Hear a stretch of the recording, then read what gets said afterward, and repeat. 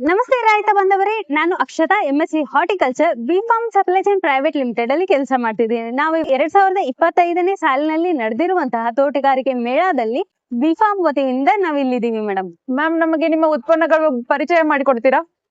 Madam, ನಾವು ಇವತ್ತು ಹೆಚ್ಚಾಗಿ ನೋಡೋದಂದ್ರೆ ಶುಂಠಿ ಮತ್ತೆ ಅರಿಶಿಣದಲ್ಲಿ ಬರುವಂತಹ ರೈಸೋಮ್ ರಾಟ್ ಅಂತಂದ್ರೆ ಬೇರು ಕೊಳೆ ರೋಗ, ಇದ್ರ ಬಗ್ಗೆ ನಾವು ಮಾತಾಡೋಣ.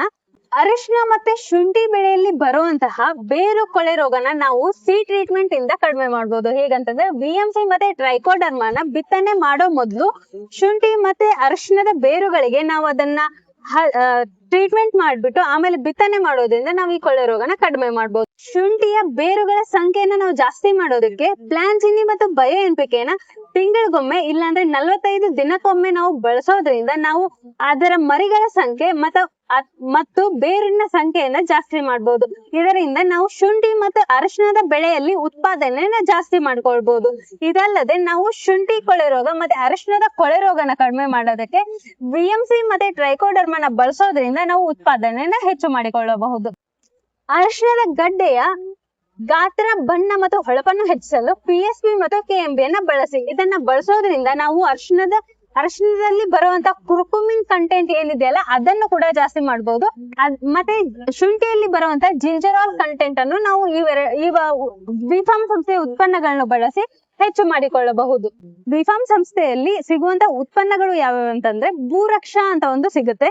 ನೀವು ಕೊಟ್ಟಿಗೆ ಗೊಬ್ಬರ, ಕುರಿ ಗೊಬ್ಬರ, ಕೋಳಿ ಗೊಬ್ಬರ ಯಾವುದೇ ಕಾನ್ಸಂಟ್ರೇಟೆಡ್ ಮೆನ್ಯೂಸ್ ನ ನೀವು ಹಾಕೋತಾ ಇದ್ರೆ ಅದಕ್ಕೆ 10 kg ಭೂರಕ್ಷಾನ ನೀವು ಮಿಕ್ಸ್ ಮಾಡಿ ಹಾಕೊಳ್ಳೋದ್ರಿಂದ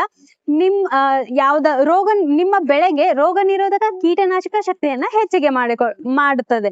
ಅದಾದ ನಂತರ ನಾವು ಬೆಳೆಗೆ ಗ್ರೋತ್ ಕಿಟ್ ಅಂತ ನಮ್ಮ ಹತ್ರ ಸಿಗುತ್ತೆ, ಬೆಳವಣಿಗೆಗೆ ಅಂತ ಪ್ಲಾನ್ಸಿನಿ ಮತ್ತೆ ಬಯೋ NPK ನ ಕೊಡ್ತೀವಿ. ಇದನ್ನ ಬಳಸೋದ್ರಿಂದ ಏನಾಗುತ್ತೆ ಅಂತಂದ್ರೆ ನಮ್ಮ ಬೆಳೆಯ ಬಿಳಿ ಬೇರನ್ನ ಹೆಚ್ಚು ಮಾಡುದಲ್ದೆ ಎಲೆಯನ್ನ ಹಿಗ್ಗೋ ತರ ಮಾಡುತ್ತೆ, ಕಲರ್ ಬರುತ್ತೆ, ಮತ್ತೆ ಗಿಡಗಳ ಬೆಳವಣಿಗೆಯನ್ನ ಚೆನ್ನಾಗಿ ಮಾಡುತ್ತೆ.